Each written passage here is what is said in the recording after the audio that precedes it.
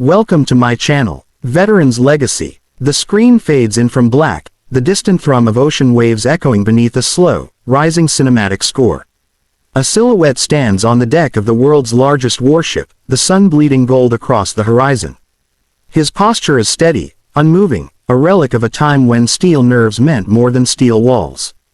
And that is where our story begins. They called him Old Man Hartley, though he hated the name. Not because it was untrue, he was 76, but because it made people forget what he once was. Chief Engineer Marcus Hartley, United States Marine Corps, veteran of 2 wars, builder of machines most men only read about. He walked with a slight limp, a leftover gift from combat decades ago, but his mind, sharp as an engine blade. On this cold morning, he wasn't on the deck as a crew member, but as a guest. The USS Resolute, the Navy's newest and most advanced aircraft carrier, had invited select veterans to tour the ship before its first official deployment. The vessel pulsed with life, aircraft cradled like hawks ready to launch, sailors hustling with youthful energy, officers greeting guests with polished smiles. But Hartley wasn't here for memories. He wanted to see something again, something he missed more than anything. Power. The power of a machine so large the ocean bowed beneath it. As the veterans gathered near the island tower, a group of young Marines whispered among themselves. One of them, Private First Class Thompson, nudged his buddy. "That old guy, I bet he can't even tell which panel powers the deck lifts, much less start this whole thing." Hartley heard it. His hearing wasn't perfect, but insults were frequencies he'd never stopped detecting. He smirked. He wasn't offended. He was intrigued. He stepped toward the group. "Son," he said, voice low and gravel-rich, "I was powering ships when your parents were learning multiplication tables." Thompson laughed. "Sir, this isn't the 1970s. This ship runs on systems you've probably never even touched." That's when the challenge was born. Subtle, unspoken, but alive. The Admiral leading the tour, a broad-shouldered, silver-haired powerhouse named Admiral Prescott, overheard the exchange. "Marine," Prescott said to Thompson, "you're talking to one of the last master engineers of the Hawthorne program. If anyone understands systems, it's Chief Hartley." "Respectfully, sir," Thompson said, "I still don't think he could power this whole carrier." Prescott studied Hartley with a knowing smirk. "Chief, want to prove them wrong?" The old Marine's eyes glimmered. "Show me the room," he said. The central power control of an aircraft carrier wasn't a place tourists were allowed. But today was different. Prescott overrode security protocols personally. They descended through steel ladders and echoing corridors until the air grew warmer, dense with engine fumes and electrical life. Hartley inhaled deeply. It smelled like home. They reached the heart of it. A cathedral of machinery, walls layered with panels and consoles, lights blinking like constellations. Enormous turbines rested still, sleeping giants hungry for ignition. Young engineers looked up in surprise. "Sir, what's going on?" "Training exercise," Prescott said simply. "Let the chief work." Hartley removed his jacket, revealing arms still knotted with old muscle.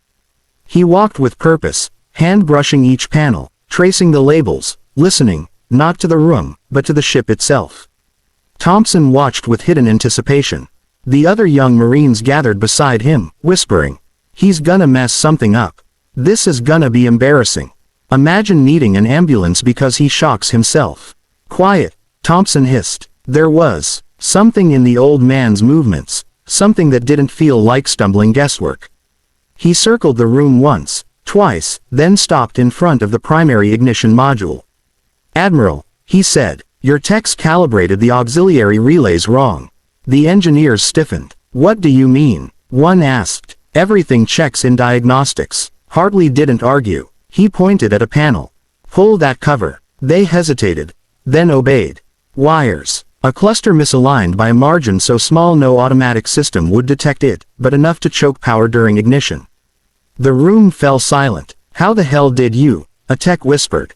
Hartley smiled faintly. "Machines talk. All you gotta do is listen." Prescott stepped closer. "Chief, you think you can start her up?" Hartley's jaw set. "I don't think," he said. "I know." And then the room transformed. He moved like he was 30 again, hands gliding over panels, fingers flipping switches in perfect sequence. The ship's systems awoke one by one, the lights blooming in layered waves. The engineers watched in awe. No manuals, no digital readouts, no assistance. Just experience, just instinct, just the soul of a Marine. He reached the final console, the primary ignition breaker. "Admiral," he said quietly, "permission to power up your ship." Prescott nodded once. Hartley grasped the handle with both hands, pulled it down, hard. For a moment, there was silence. Then, a deep, thunderous roar shook the entire carrier, vibrating through steel, through air, through bone. The turbines spun, the generators surged, the deck above hummed as power coursed through its veins. The USS Resolute came alive. Every console lit up, every system roared awake, every Marine felt the deck tremble beneath them. Thompson's jaw dropped. He actually did it. The engineers clapped, then the sailors, then even the Marines. It wasn't polite applause, it was reverence.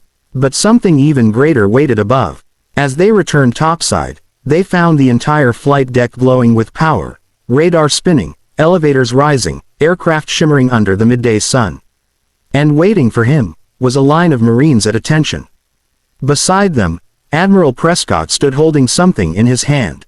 Hartley frowned. "What's all this?" "You didn't just power a ship," Prescott said. "You reminded us where our legacy comes from."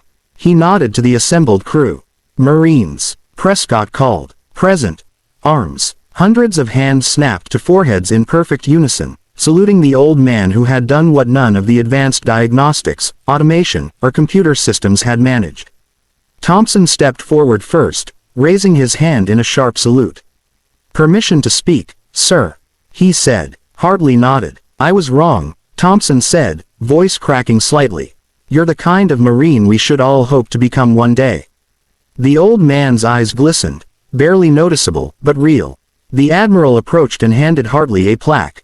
Not a medal, not a certificate, but a simple metal plate from the ship's original construction, engraved with his name. "You powered the ship," Prescott said softly. "So you power its legacy too." For the first time in years, Hartley's voice trembled. "Semper Fi," he whispered. "Semper Fi," the deck answered. As the sun dipped low and the ship hummed proudly behind him, Hartley stood at the rail, wind tugging at his gray hair.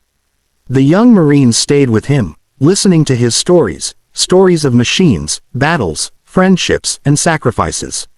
He felt alive again, not because he had proven anyone wrong, but because the ship had reminded him who he still was. A Marine, a builder, a protector, and a man whose legacy had not dimmed with time, but burned brighter than ever. And now, if you felt the power of this story, if it touched your heart, reminded you of the heroes walking quietly among us, or made you proud of every Marine who ever served, then please, my friends, like this video, comment your thoughts, and subscribe to the channel for more powerful stories from our veterans' legacy. Thank you for watching, and remember, heroes don't fade, they forge the future.